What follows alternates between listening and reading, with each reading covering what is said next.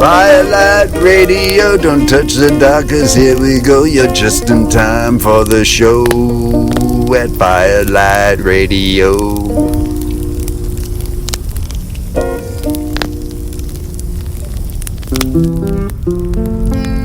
Welcome to Firelight Radio, home of the nature folk movement, and boy, do we have a program for you today. And how rude of me not to introduce myself. My name's Guitar, and I know you're thinking, what is a guitar doing talking to me? Well, you can't have a nature folk movement without a guitar by a campfire. I mean, that's just obvious. And that's why I'm here. And I learned to talk a little. I had trouble playing the guitar, learning guitar, but talking's really no problem for me. And I'm glad my parents named me Guitar, because I'm shaped like a guitar, and I might learn guitar yet. But we're here to talk about some quality programming we have. And, you know, the nature folk movement's all about connecting us back to those core values that we all enjoyed and those activities we all did prior to the advent of the smartphone. And I'm not saying the smartphone is a bad invention. It's right up there with the toaster.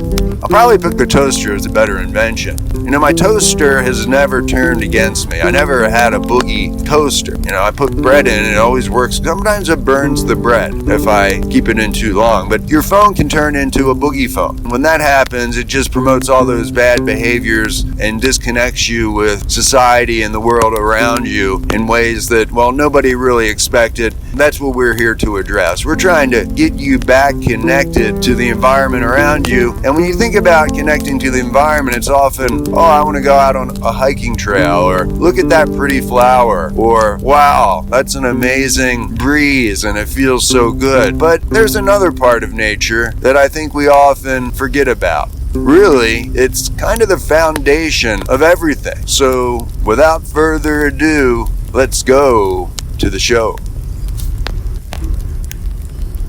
Rocks aren't dumb, they form the foundation of everything you see in God's green creation. Rocks are fun. Hey, how are you? I'm right here. You're looking the wrong way. And by the way, you're standing on me. If you could back away. Yeah, I'm right here. Now you can see me. I'm a rock, and they call me Rocky. And I know what you're thinking. Everybody thinks I'm a pugilist when they hear that, but I'm not at all. I'm very sedentary, and well, I get around, actually. That's an incorrect statement, but I'm not a pugilist. I don't so much enjoy sports. I enjoy being outside. Sometimes if you enjoy sports, you have to be inside, and I don't spend a lot of time.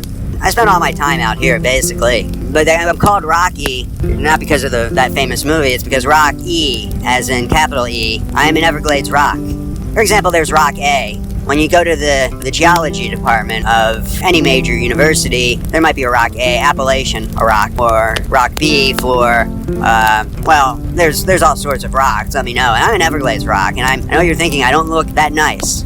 The rocks are always greener on the other side. People who visit down here, they're fascinated with rocks like me, because I have holes in me, and I'm made entirely of calcium carbonate, and that makes me, you know, a very desirable commodity, and I'm just glad they didn't. Well, a lot of my friends, they got called to serve in the great network of highways that they've built around here, and houses, and that's where you see the borrow pits. And there are no more rocks there, but there's water. There's water in many places that's filled in. So I'm happy to be where I am. I'm not complaining. Well, there's some of my friends, I got notes from them, and a couple of them got sliced up into slabs, and they're on beachfront homes, and they get to look at the ocean all day, and I've always wanted to see the ocean, and that's one of my goals in life, also to travel out west. And I've heard many good things about the geology out there, and that it's a little more visible. Now, I'm an unusual rock. Most of the rocks, my friends, are below ground, and I happen to be a little bit of an outcrop. They call me a whippersnapper, too, because the deeper the rocks are, the older they are, so I'm a relatively new rock. How old am I? Well, they cluster me in the Pleistocene epoch. So I'm around, I date it myself. My 100,000th birthday is coming up, so I'm really young. I'm not even a million years old. For example, Grandma and Grandpa over on the Tamiami Formation under the big cypress swamp there, they're 6 million years old. So that's really old. They tell me a lot of stories about the Miocene, but even they're young in the geologic record. When you go back, rocks started really forming on the Earth around 3,000 million years ago. Grandma and Grandpa over there on Tamiami Formation in the Miocene, they're only 6 million years old. So if you think of an entire day pretty much the entire day had passed, all 24 hours, and then that final 3 minutes before where we're at right now, that's when Grandma and Grandpa came along. And if you can believe it, there's underneath where I'm standing, there's about 3 miles of marine limestone. And that's been forming over the past, well, I guess over 500 million years. So, and I've traveled a great deal. I've traveled all the way. I used to be over in another continent back when the continents were all moving around and they collided into each other back. Well, that was a long time. I'm going to have to check my history books on that. I kind of got suitored, or my ancestors got suitored over to this North American continent, and we drifted over, and we primarily been underwater.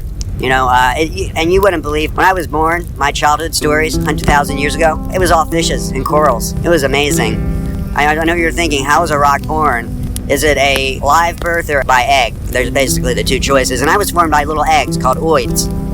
And the oids were little microscopic particles of precipitated calcium carbonate. And I'm also a little of the bryozoan facies of the oids. It's a complicated story. It's not just...